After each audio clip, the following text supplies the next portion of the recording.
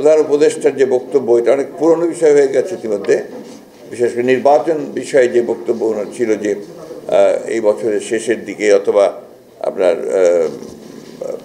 পরবর্তী বছরে অর্থাৎ 26-এর মাঝামাঝি সময়ে এই বিষয় নিয়ে আলোচনা হয়েছে, অনেক দীর্ঘক্ষণ আলোচনা হয়েছে। আমরা মনে করি যে এত বিলম্বিত করার কোনো কারণ নেই।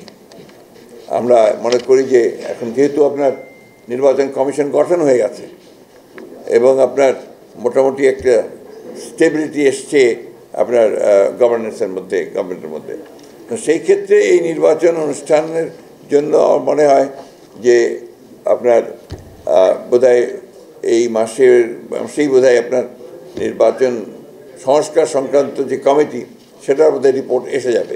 সুতরাং আমার মনে হয় না যে এটা আমরা আরও বিলম্বিত করার প্রয়োজন আছে, কারণ যত বিলম্ব হচ্ছে ততই রাজনৈতিক এবং অর্থনৈতিক সংকট আরও বৃদ্ধি পাচ্ছে। কারণ আমরা বারবার করে বলছি যে আসলে নির্বাচিত সরকারের কোনো বিকল্প নেই, এটা গণতন্ত্রে এটাই হচ্ছে সবচেয়ে ইম্পর্টেন্ট বিষয়। তো সেই ক্ষেত্রে আমরা মনে করি যে এই বছরই মাঝামাঝি সময় অর্থাৎ আপনার জুলাই আগস্ট এর মধ্যেই নির্বাচন সম্ভব।